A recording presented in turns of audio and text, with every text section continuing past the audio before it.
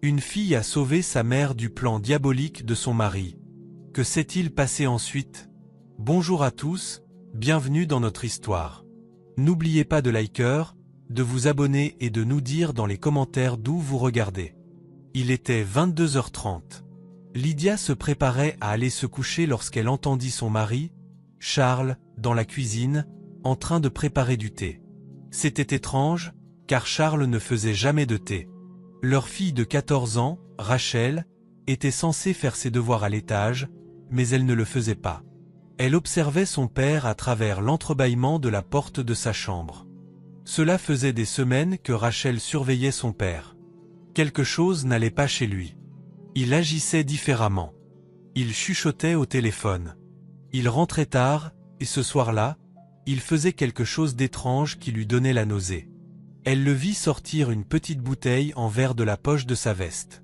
Le liquide à l'intérieur était clair, comme de l'eau. Il regarda autour de lui pour s'assurer que personne ne le voyait. Puis, il versa quelques gouttes dans la tasse de thé. Lydia, appela Charles doucement depuis la cuisine. « Je t'ai préparé du thé, chérie. » Le cœur de Rachel se mit à battre rapidement. Elle devait avertir sa mère. Elle descendit en courant et attrapa le bras de sa mère juste au moment où Lydia se dirigeait vers la cuisine. « Maman, attends, » murmura Rachel. « Qu'est-ce qui ne va pas, ma chérie ?» demanda Lydia. Les mains de Rachel tremblaient. Sa voix aussi. Puis, soudain, les mots jaillirent de sa bouche. « Ne bois pas ce thé, maman. Papa veut te faire du mal. » Lydia sentit son cœur s'arrêter. Les yeux écarquillés de sa fille étaient remplis de peur. Elle pouvait à peine respirer tandis que Rachel répétait « Papa a mis quelque chose de nocif dans ton thé. Je l'ai vu faire. » Lydia se figea. L'homme en qui elle avait toute confiance. Pouvait-il vraiment essayer de mettre quelque chose dans son thé? Cette nuit-là allait changer sa vie pour toujours. 15 ans plus tôt, Lydia avait épousé Charles Johnson. Elle n'avait que 22 ans, tout juste sortie de l'université, rêvant de devenir enseignante. Charles, 25 ans, vendait des voitures et l'avait séduite avec ses mots doux et ses grandes promesses. « Je vais faire de toi la femme la plus heureuse du monde », lui avait-il dit le jour de leur mariage. « Tu n'auras jamais à t'inquiéter de quoi que ce soit tant que je serai là. » Lydia le croyait totalement. Elle venait d'une bonne famille. Son père possédait plusieurs hectares de terres agricoles à l'extérieur de la ville, et à sa mort, il avait tout légué à Lydia. Ces terres valaient beaucoup d'argent et auraient pu assurer son avenir. Mais Lydia était amoureuse, et l'amour la poussait à faire entièrement confiance à Charles. Pendant leur première année de mariage, Charles semblait être le mari parfait. Il lui offrait des fleurs tous les vendredis. Il préparait le petit déjeuner le dimanche. Ils parlaient de leurs futurs enfants et de la grande maison qu'ils construiraient ensemble. Lydia se sentait la femme la plus chanceuse du monde. Quand bébé Rachel naquit, 3 ans après leur mariage, Lydia pensa que leur famille était complète. Elle quitta son travail d'enseignante pour rester à la maison avec le bébé. Charles promettait de tout prendre en charge financièrement. « Ne t'inquiète pas, chérie, » disait-il. « J'ai de grands projets. Nous serons bientôt riches. » Mais les grands projets de Charles ne se réalisaient jamais. Sa première idée d'entreprise fut un petit restaurant. Il convainquit Lydia de lui donner 5 000 $ de ses économies, l'argent que son père lui avait laissé. « Ce restaurant va nous rapporter tellement d'argent, » disait Charles, les yeux brillants d'excitation. « Dans 2 ans, nous posséderons 3 restaurants. » Le restaurant fit faillite en 6 mois. Charles perdit tout l'argent. « Ce n'est pas grave, » lui dit Lydia, même si elle était inquiète. « On peut essayer autre chose. » Ensuite, Charles voulut lancer une entreprise de construction. Cette fois, il avait besoin de 10 000 $. Lydia n'avait plus assez d'argent liquide, alors elle vendit les bijoux en or de sa grand-mère, des pièces magnifiques transmises à travers 3 générations de femmes dans sa famille. L'alliance de sa grand-mère, le collier de son arrière-grand-mère, des boucles d'oreilles qui racontaient l'histoire de sa famille. « Es-tu sûr de toi ?» avait demandé sa mère lorsqu'elle l'avait appris. « Ces bijoux sont irremplaçables. »« Charles sait ce qu'il fait » avait répondu Lydia. « Cette entreprise de construction va changer nos vies. » L'entreprise de construction échoua également. Charles blâma l'économie, la malchance et des partenaires malhonnêtes. Mais les bijoux étaient perdus à jamais. Ensuite vint l'idée d'un magasin de vêtements.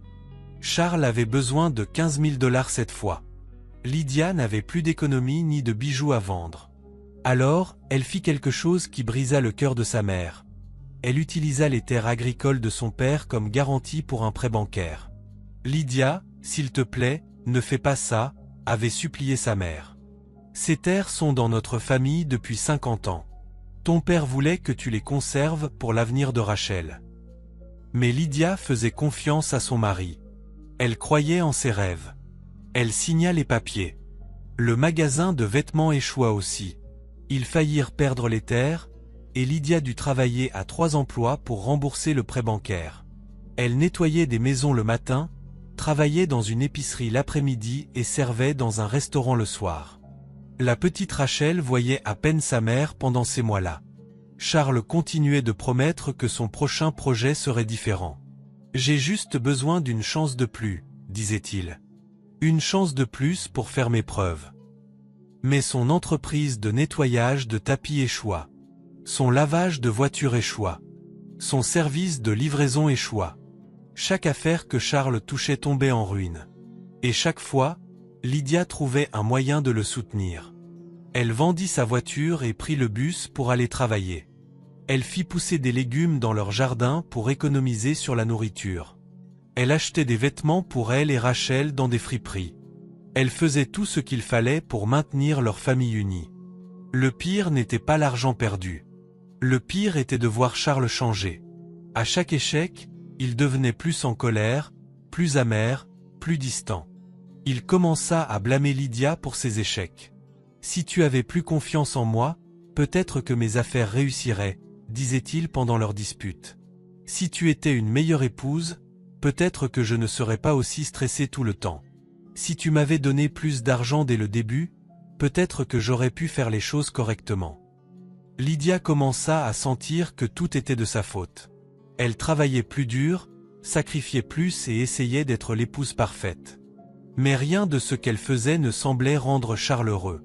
Ces derniers mois, Charles était devenu encore plus froid. Il cessa de lui parler de sa journée. Il arrêta de dîner avec la famille.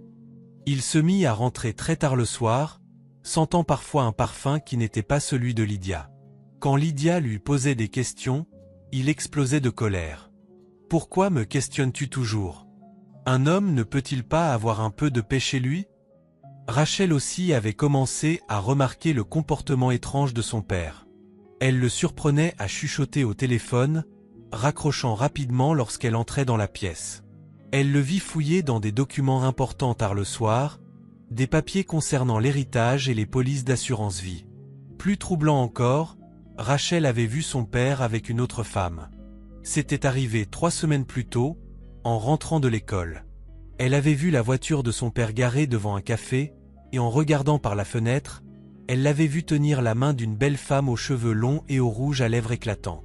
La femme riait à quelque chose que Charles disait, et il la regardait comme il regardait Lydia des années auparavant, comme si elle était la personne la plus merveilleuse au monde.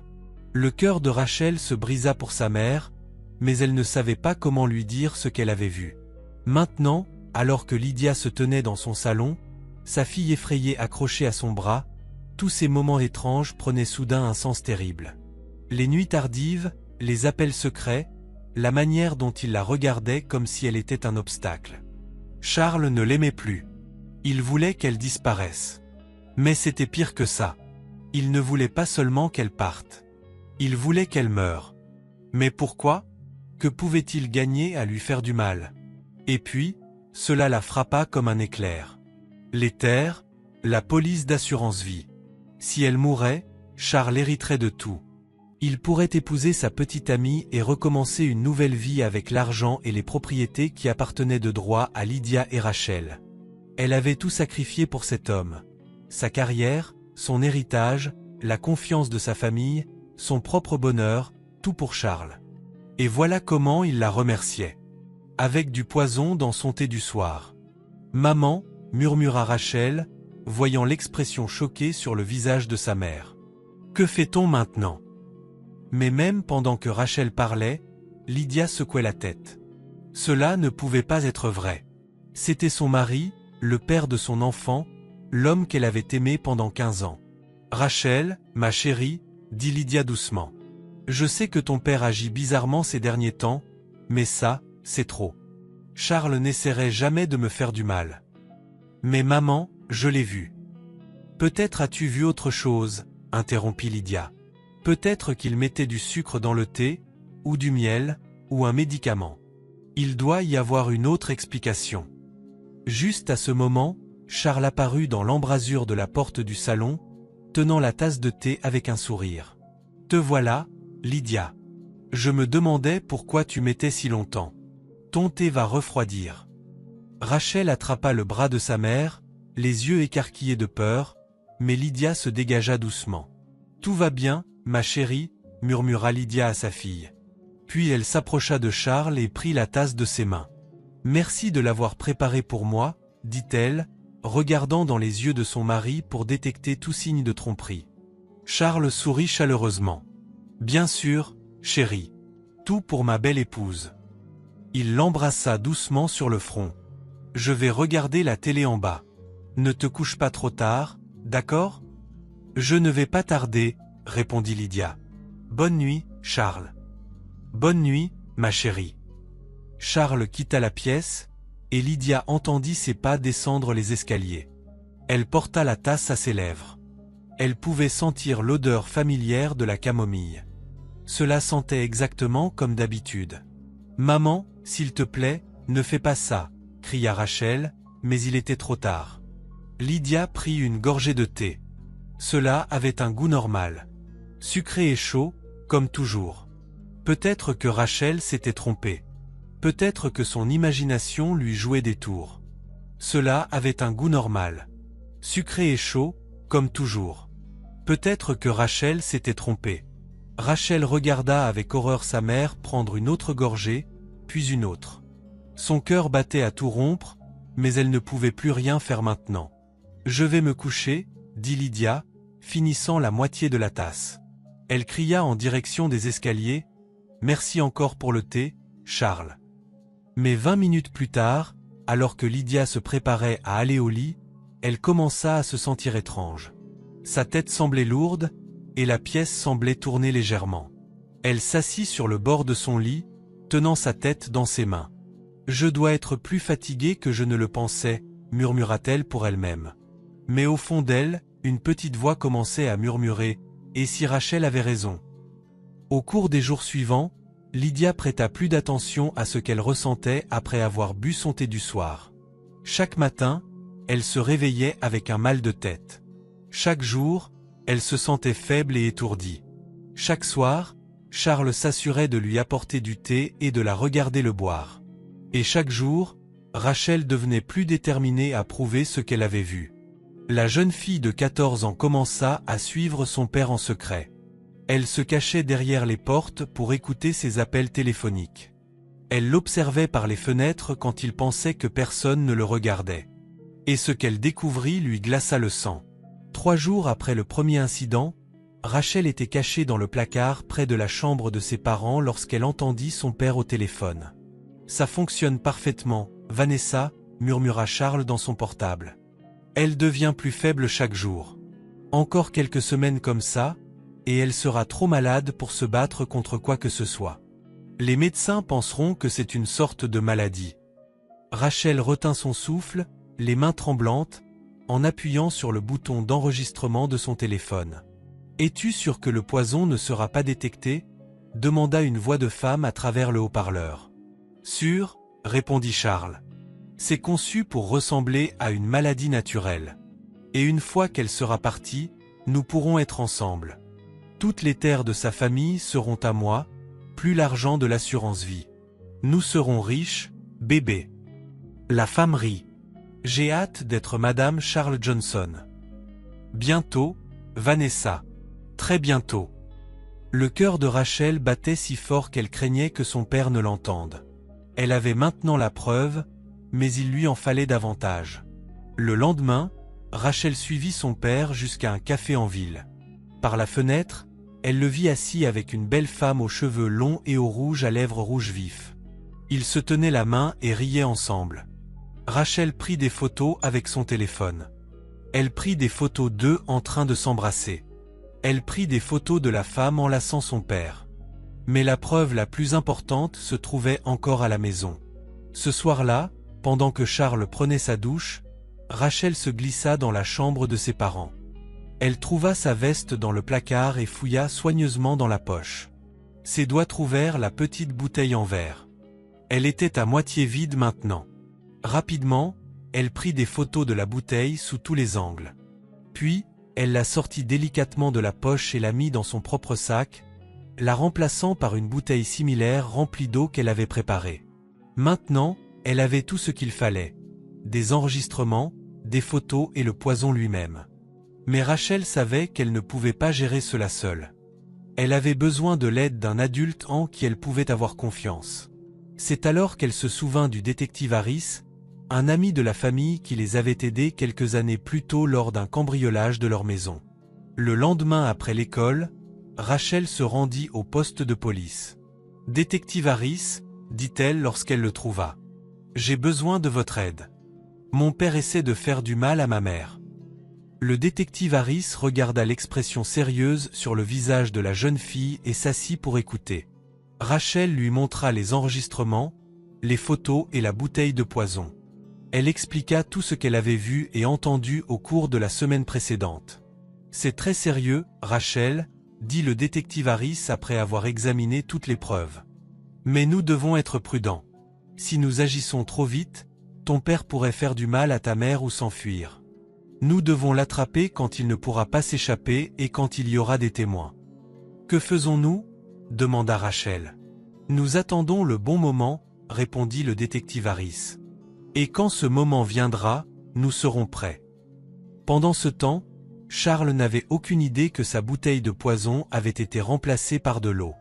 Chaque soir, il continuait de préparer le thé de Lydia, ajoutant ce qu'il pensait être des gouttes mortelles à la tasse. Mais maintenant que Rachel avait échangé les bouteilles, Charles n'ajoutait que de l'eau inoffensive au thé de sa mère. Cela donna à Lydia le temps de commencer à se sentir mieux. Les maux de tête commencèrent à s'estomper. Les vertiges cessèrent. Elle avait plus d'énergie pendant la journée. Charles, cependant, devenait frustré. Pourquoi Lydia ne tombait-elle pas plus malade? Pourquoi semblait-elle devenir plus forte au lieu de plus faible? « Comment vas-tu, chérie ?» demandait Charles à Lydia chaque matin, observant son visage attentivement. « Beaucoup mieux, en fait », répondait Lydia, ne remarquant pas l'expression déçue qui traversait le visage de son mari. Charles commença à faire pression sur Lydia pour qu'elle boive son thé du soir. « Tu n'as pas fini ton thé hier soir, » disait-il, se tenant au-dessus d'elle alors qu'elle tenait la tasse. « J'étais juste fatigué, » expliquait Lydia. « Mais le thé t'aide à mieux dormir. Tu devrais tout boire. » Lydia commença à remarquer à quel point Charles l'observait attentivement lorsqu'elle buvait le thé, comment il restait là jusqu'à ce qu'elle ait fini toute la tasse, comment il semblait déçu lorsqu'elle se sentait en bonne santé le lendemain. Une sensation froide commença à grandir dans son estomac. Et si Rachel avait eu raison depuis le début? Un soir, Lydia décida de tester ses soupçons. Lorsque Charles lui apporta le thé, elle fit semblant de le boire, mais au lieu d'avaler, elle laissa le thé couler le long de son menton et sur sa chemise de nuit quand Charles ne la regardait pas directement. « Oups !» dit-elle en s'essuyant le menton. « Je suis maladroite ce soir. »« Ce n'est pas grave, » dit Charles, mais sa voix semblait tendue. « Finis le reste. » Lydia fit semblant de terminer la tasse, mais en réalité, elle versait la majeure partie du thé dans un mouchoir qu'elle tenait sous la tasse. Le lendemain matin, lorsque Charles lui demanda comment elle se sentait, Lydia décida de le tester davantage. « Je me sens mal, » mentit-elle, posant sa main sur son front. « J'ai mal à la tête et je me sens étourdie. » Le visage de Charles s'illumina de satisfaction. « Oh non, ma chérie. Tu devrais te reposer aujourd'hui. Ne t'inquiète de rien. » Mais quand Lydia disait qu'elle se sentait bien, Charles fronçait les sourcils et semblait inquiet. Pas le genre d'inquiétude d'un mari aimant, mais l'inquiétude de quelqu'un dont le plan ne fonctionnait pas. Cela confirma les pires craintes de Lydia. Son mari mettait vraiment quelque chose dans son thé, mais elle ne pouvait pas l'affronter seule. Elle avait besoin d'aide. Elle avait besoin de preuves. Et surtout, elle devait protéger Rachel. C'est alors que Rachel vint la voir avec une idée. « Maman », dit Rachel doucement un après-midi où Charles était sorti. « Je sais que tu as compris pour le thé. » Lydia regarda sa courageuse fille et hocha la tête. « Oui, je sais, mais comment l'arrêter ?»« J'ai travaillé avec le détective Harris », expliqua Rachel. « Nous avons des preuves, mais nous devons attraper papa en flagrant délit avec des témoins autour de lui pour qu'il ne puisse pas nier ou s'enfuir. »« Que veux-tu dire ? L'anniversaire de mamie est la semaine prochaine. Toute la famille sera là. Oncle Mike, tante Sarah, cousin David, tout le monde. Papa fait toujours un grand spectacle d'être le mari parfait lors des réunions de famille. » Lydia comprit. « Tu veux l'exposer devant toute la famille. » Le détective Harris dit que c'est le moment parfait. Papa sera confiant parce qu'il pense que son plan fonctionne. Il ne s'attendra pas à ce que nous ayons des preuves. Et avec autant de témoins, il ne pourra pas mentir pour s'en sortir. Lydia se sentit à la fois effrayée et excitée. Après toutes ces années à être trompée par Charles, elle allait enfin obtenir justice. « Que dois-je faire ?» demanda-t-elle à sa fille. « Fais comme si de rien n'était. Laisse-le penser qu'il gagne. » Mais agir normalement était plus difficile que Lydia ne le pensait. Chaque fois que Charles lui souriait, elle avait envie de crier. Chaque fois qu'il la touchait, sa peau se hérissait. Chaque fois qu'il lui apportait du thé, elle devait se retenir de le lui jeter au visage. Charles, pendant ce temps, devenait de plus en plus confiant. Il pensait que Lydia s'affaiblissait, et il n'avait aucune idée que son poison avait été remplacé par de l'eau. Il commença à passer des appels à Vanessa plus ouvertement, pensant que Lydia était trop malade pour y prêter attention. Encore quelques semaines, bébé, entendit Rachel le murmurer au téléphone une nuit. Bientôt, elle sera si faible que quand elle mourra, personne ne sera surpris. Tout le monde pensera que c'était juste une maladie. J'en ai marre de cacher notre amour, dit la voix de Vanessa à travers le téléphone. Bientôt, nous n'aurons plus à nous cacher, promit Charles. Bientôt, nous aurons tout. Mais ce que Charles ignorait, c'est que Rachel enregistrait chaque mot. La veille de l'anniversaire de mamie, Rachel ne pouvait pas dormir. Demain, tout changerait. Demain, toute la famille découvrirait la vérité sur Charles. Elle espérait juste que leur plan fonctionnerait. Le lendemain soir, la maison des Johnson était remplie de rires et de conversations. Mamie Eleanor fêtait ses 75 ans, et tous ses enfants, petits-enfants et arrière-petits-enfants étaient venus célébrer. Oncle Mike racontait des blagues dans le salon. Tante Sarah aidait à la cuisine. Cousin David jouait avec les plus jeunes enfants dans le jardin. La maison était chaleureuse et joyeuse, exactement comme une réunion de famille devrait l'être. Charles était dans son élément. Il se déplaçait parmi la foule comme le gendre parfait, serrant la main des hommes, complimentant les femmes et disant à tout le monde à quel point il était fier de sa belle famille. « Lydia est une bénédiction », dit-il à oncle Mike avec un grand sourire. « Je ne sais pas ce que je ferais sans elle. Elle m'a tellement soutenu dans toutes mes entreprises. »« Tu es un homme chanceux, Charles, » répondit oncle Mike. Peu d'épouses resteraient aux côtés de leur mari à travers tant de défis. « Oh, je sais exactement à quel point je suis chanceux, » dit Charles, les yeux brillants d'un regard qui donna la nausée à Rachel. Lydia joua son rôle à la perfection. Elle souriait et riait avec les proches, aidait à servir la nourriture et agissait comme l'épouse heureuse que tout le monde s'attendait à voir. Mais à l'intérieur, son cœur battait à tout rompre. Le détective Harris était dehors dans une voiture banalisée, attendant le signal de Rachel. Deux autres officiers de police étaient positionnés autour de la maison, déguisés en voisins en promenade du soir. Au fil de la soirée, Charles devint de plus en plus détendu. Il commença à boire du vin et à parler plus fort. Il se mit à se vanter de ses projets futurs. « Vous savez, » dit Charles à un groupe de parents masculins, « je pense investir dans des terres. Il y a des opportunités pour un homme avec une vision. » « Quel genre de terre ?» demanda cousin David. Charles jeta un coup d'œil autour de lui pour s'assurer que Lydia n'écoutait pas, puis baissa la voix.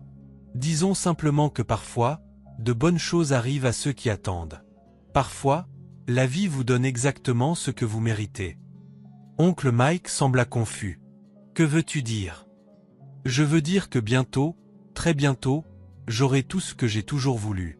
Une femme magnifique qui m'apprécie, la sécurité financière et la liberté de vivre la vie que je mérite. Les hommes se regardèrent, incertains. Charles parlait bizarrement, mais il ne comprenait pas tout à fait ce qu'il voulait dire. Mais Rachel, qui écoutait depuis l'embrasure de la porte, comprenait parfaitement. Son père était si confiant dans son sombre plan qu'il confessait presque devant toute la famille. Rachel croisa le regard de sa mère à travers la pièce et hocha la tête. C'était le moment. Elle marcha discrètement jusqu'à la porte d'entrée et envoya un message au détective Harris. « Prêt ». Puis elle retourna au salon où la plupart de la famille s'était rassemblée pour chanter joyeux anniversaire à Mamie Eleanor. Alors que la chanson se terminait et que tout le monde applaudissait, Rachel s'avança. Ses mains tremblaient, mais sa voix était claire et forte. Avant de couper le gâteau, dit-elle assez fort pour que tout le monde l'entende, « J'ai quelque chose d'important à partager avec la famille. » La pièce devint silencieuse. Tous les yeux se tournèrent vers la jeune fille de 14 ans au centre de la pièce. Charles sembla surpris, mais pas inquiet. « Rachel, ma chérie, ce n'est pas le moment pour les discours. Laisse Mamie Eleanor avoir son moment. »« C'est à propos de maman, » dit Rachel, regardant directement son père. « C'est à propos de ce que tu lui as fait. » Maintenant, Charles sembla inquiet. « Rachel, tu es inappropriée. Va dans ta chambre. »« Non, papa. Je ne vais nulle part. » Rachel sortit son téléphone. « Tout le monde doit entendre ça. » Elle appuya sur lecture pour lancer un enregistrement. La voix de Charles remplit la pièce silencieuse. « Ça fonctionne parfaitement, Vanessa. Elle devient plus faible chaque jour. Encore quelques semaines comme ça, et elle sera trop malade pour se battre contre quoi que ce soit. Les médecins penseront que c'est une sorte de maladie. » Des exclamations de choc résonnèrent dans la pièce. Tout le monde fixait le téléphone, puis Charles, puis à nouveau le téléphone. « Es-tu sûr que le poison ne sera pas détecté ?» demanda la voix de Vanessa à travers le haut-parleur. « Sûr. C'est conçu pour ressembler à une maladie naturelle, et une fois qu'elle sera partie, nous pourrons être ensemble. Toutes les terres de sa famille seront à moi, plus l'argent de l'assurance vie. Nous serons riches, bébé. » La pièce éclata en voix choquée. Mamie Eleanor porta la main à son cœur. Oncle Mike bondit sur ses pieds, et Sarah se mit à pleurer. « Ce n'est pas vrai !» cria Charles, le visage rouge. « Elle a inventé ça. Les enfants peuvent tout falsifier avec les ordinateurs de nos jours. » Mais Rachel n'avait pas fini. Elle brandit une petite bouteille en verre pour que tout le monde la voie. « Alors explique ça, » dit-elle. « Le liquide que tu as mis dans le thé de maman tous les soirs. » Charles fixa la bouteille avec horreur. Comment Rachel avait-elle obtenu ça? Il avait été si prudent pour la cacher. « Tu as fouillé dans mes affaires ?» cria-t-il à sa fille. « C'est du vol. C'est illégal. »« Ce qui est illégal, c'est d'essayer de tuer ta femme, » rugit oncle Mike, se levant et faisant face à Charles. « Comment as-tu pu faire ça à Lydia? À notre famille? » « Ce n'est pas ce que vous pensez, » dit Charles désespérément, reculant contre le mur. « Cette bouteille, c'est juste, c'est un médicament pour les maux de tête de Lydia. »« Un médicament ?» dit tante Sarah à travers ses larmes. « Alors pourquoi parlais-tu de poison dans cet enregistrement ?» Charles regarda autour de la pièce les visages en colère et choqués qui le fixaient. Ses propres membres de la famille, des gens qui l'avaient accueilli, lui avaient fait confiance, l'avaient aimé pendant 15 ans, le regardaient comme s'il était un monstre. « Vous ne comprenez pas, » dit-il, sa voix devenant plus aiguë et paniquée. « Lydia m'a freiné. Toutes ces années, elle a saboté mes affaires, me faisant échouer. Elle ne soutient pas mes rêves. Elle t'a tout donné, » dit Mamie Eleanor, la voix tremblante de colère. « Elle a vendu les bijoux de sa grand-mère pour toi. Elle a travaillé à 3 emplois pour toi.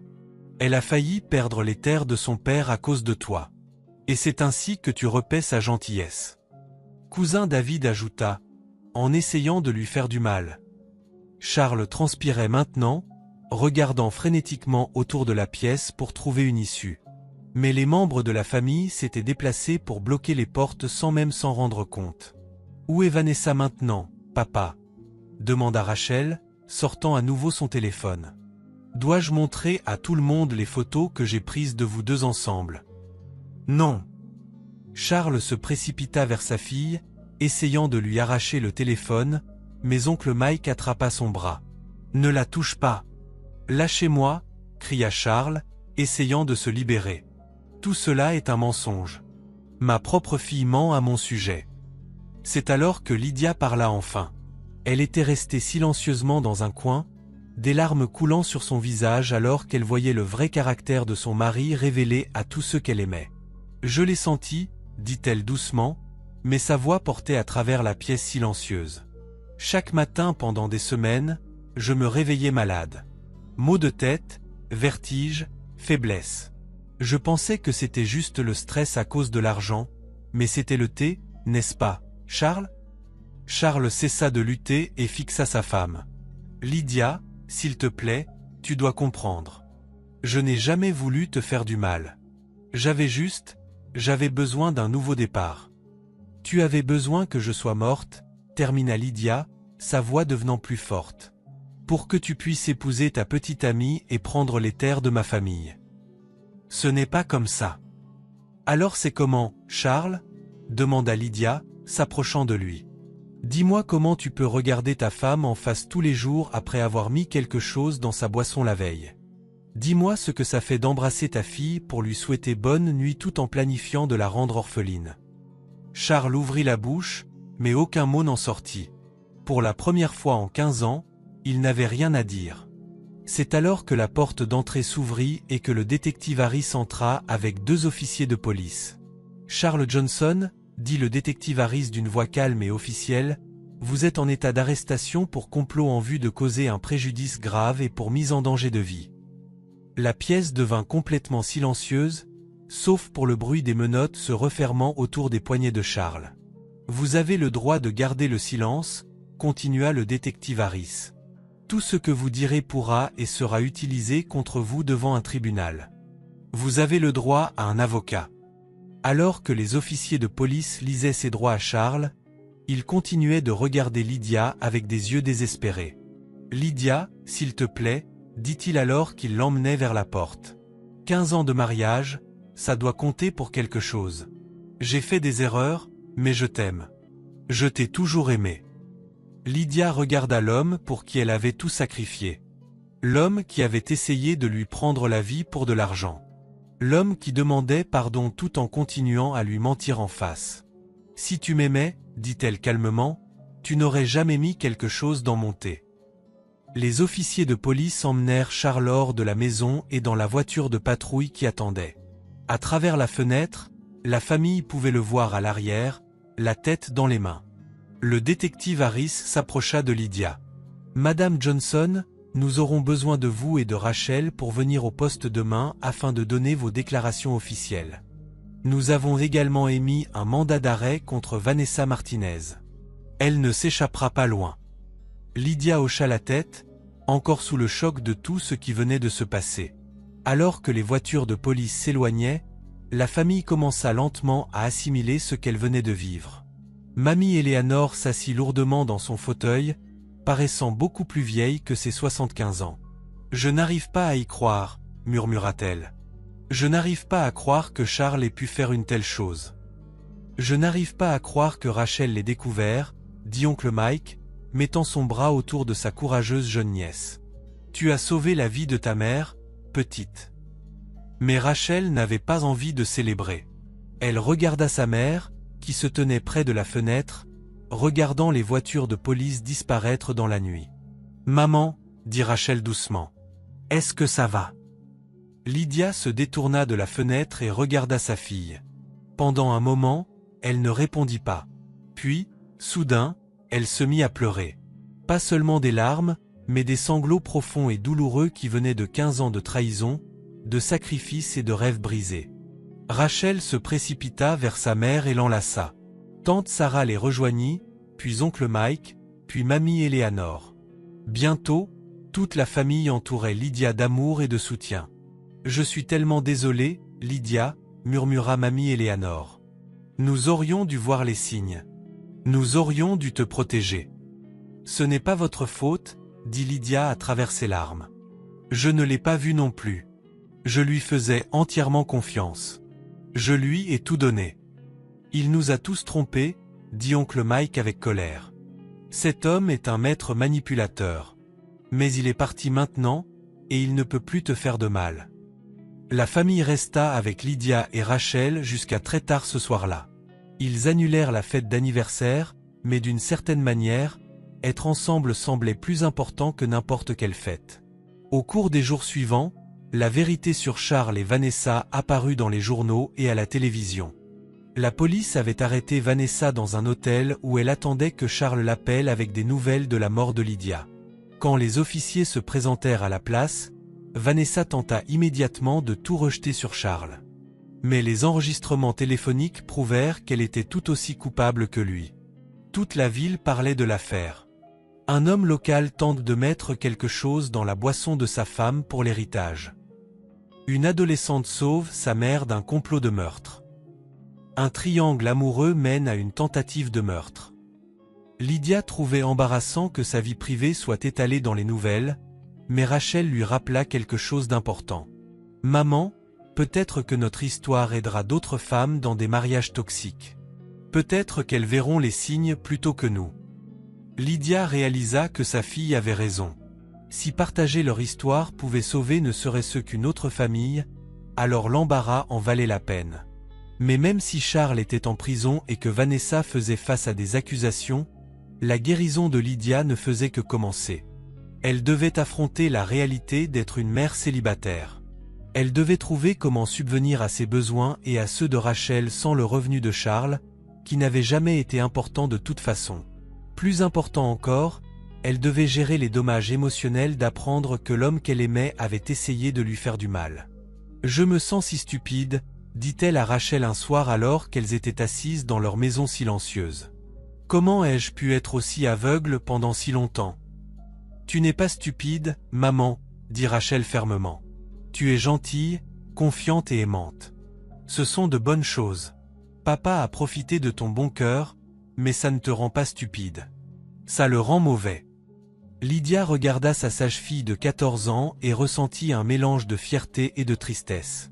Rachel avait grandi trop vite, forcée de devenir la protectrice quand les adultes dans sa vie l'avaient déçue. « Je suis désolée que tu aies dû traverser tout ça, » dit Lydia. « Je suis désolée que tu aies dû être celle qui nous a sauvés. »« Je ne suis pas désolée, » répondit Rachel. « Je suis fière d'avoir été assez courageuse pour te protéger, et je suis fière que tu aies été assez forte pour survivre. » Quelques semaines plus tard, Lydia prit une décision qui surprit tout le monde, y compris elle-même. « Je veux retourner dans la maison de mon père, » dit-elle à la famille lors d'un dîner du dimanche chez mamie Eleanor. « La ferme ?»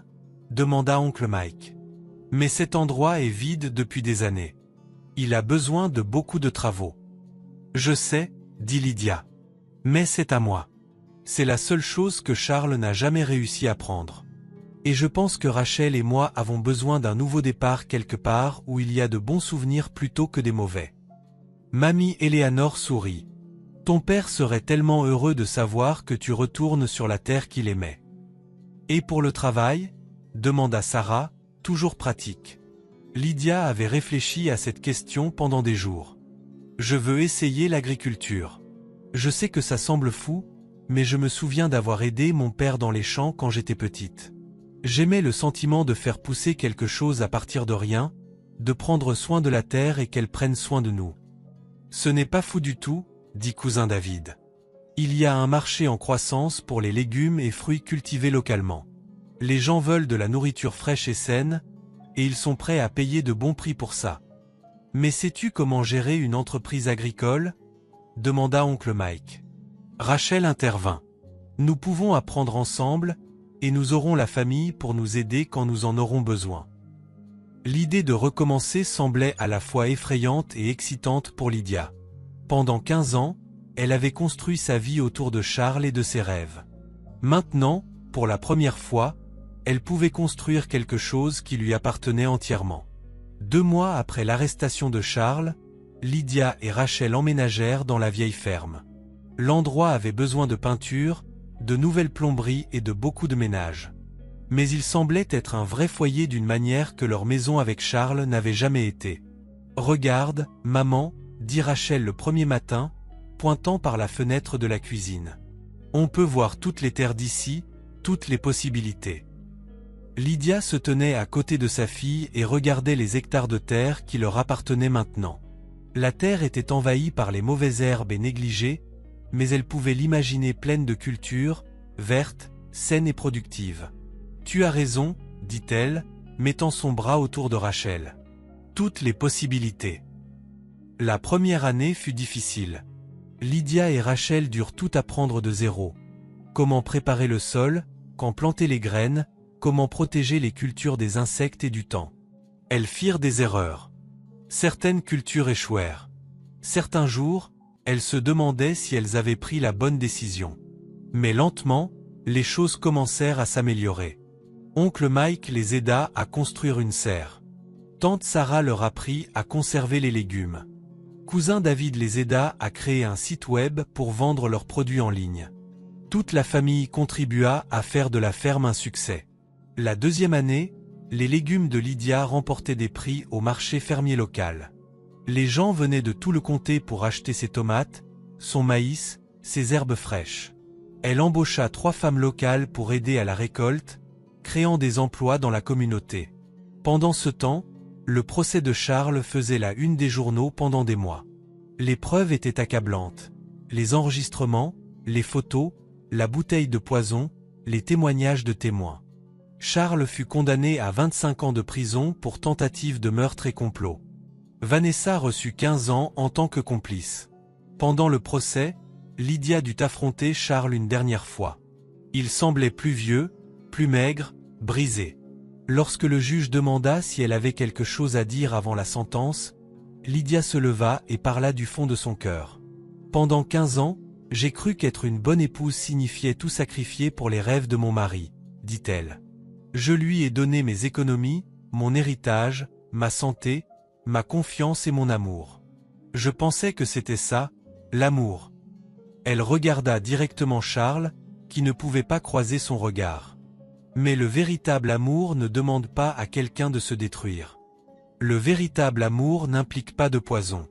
Le véritable amour ne planifie pas un meurtre pour de l'argent.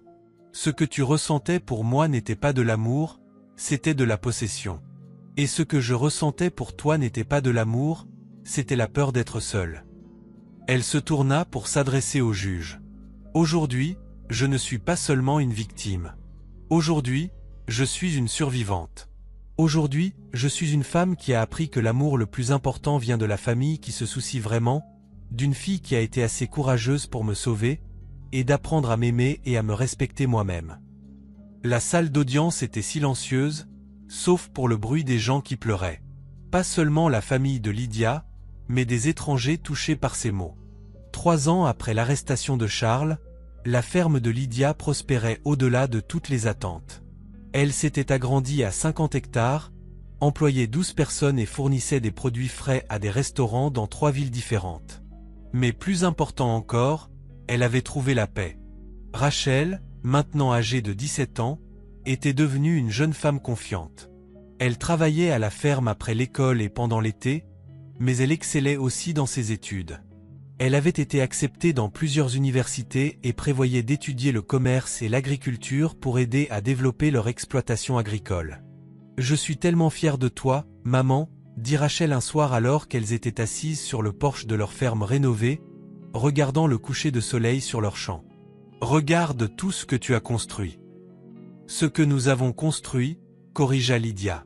« Rien de tout cela n'aurait été possible sans toi. »« Regrettes-tu parfois ?» demanda Rachel. « D'avoir quitté la ville, de recommencer ?» Lydia réfléchit sérieusement à la question. « Parfois, je regrette les années que j'ai gaspillées avec ton père. Parfois, je regrette de ne pas avoir vu les signes plus tôt, mais je ne regrette pas d'avoir recommencé. Je ne regrette pas d'être revenu sur cette terre. Et je ne regrette certainement pas que ma fille ait été assez courageuse pour sauver nos deux vies. » Elles restèrent assises dans un silence confortable, regardant les lucioles commencer à danser au-dessus de leur culture. L'air sentait la terre fraîche et les choses qui poussent. Au loin, elles pouvaient entendre les rires des enfants jouant dans les maisons des familles des travailleurs que Lydia avait construites sur la propriété. « Maman, » dit soudain Rachel, « que penses-tu qu'il serait arrivé si je n'avais pas regardé ce soir-là? Si je n'avais pas vu papa ajouter le liquide dans ton thé ?» Lydia frissonna en y pensant. « Je ne sais pas, ma chérie, mais je sais ceci. Tu m'as sauvé de plus d'une manière. Tu n'as pas seulement sauvé ma vie. Tu m'as sauvé de gaspiller le reste de ma vie avec un homme qui ne méritait pas mon amour. » Rachel sourit. « Et maintenant, » dit Lydia, regardant la vie qu'elles avaient construite ensemble. « J'ai réalisé que je pensais devoir tout sacrifier pour un homme pour prouver ma valeur. Mais la véritable bénédiction était à mes côtés tout ce temps. Ma fille, ma famille et ma propre force. » Elle se leva et s'étira, prête à rentrer et à planifier la récolte du lendemain. « Allez, petite. Nous avons une matinée chargée demain. Le restaurant de Madame Peterson veut 50 livres de tomates livrées avant midi. » Alors qu'elles entrèrent ensemble dans leur maison chaleureuse et sûre, Lydia ressentit quelque chose qu'elle n'avait pas ressenti depuis des années, un bonheur complet. Pas un bonheur qui dépendait de l'approbation ou de l'amour de quelqu'un d'autre, mais un bonheur qui venait de savoir qu'elle avait construit quelque chose de bon et de significatif de ses propres mains avec l'aide de sa fille. Charles avait essayé de la détruire, mais au lieu de cela, il l'avait libérée. Et Rachel, la courageuse fille de 14 ans qui avait murmuré « Ne bois pas ce thé, maman », par une nuit pluvieuse 3 ans plus tôt, était devenue une jeune femme qui comprenait que parfois, l'enfant doit sauver le parent. Et parfois, le plus grand acte d'amour est d'avoir le courage de dire la vérité. Dehors, par leurs fenêtres, les champs s'étendaient à perte de vue sous un ciel étoilé. Des champs qui leur appartenaient, des cultures qu'elles avaient fait pousser, et un avenir qu'elles avaient gagné grâce à leur courage, leur travail acharné et leur amour indéfectible. Le cauchemar était fini. Le rêve venait de commencer. J'espère que vous avez aimé regarder cette histoire autant que j'ai aimé la créer. Likez, partagez et commentez les leçons que vous avez apprises. Dites-moi d'où vous regardez dans les commentaires ci-dessous. À bientôt pour la prochaine histoire.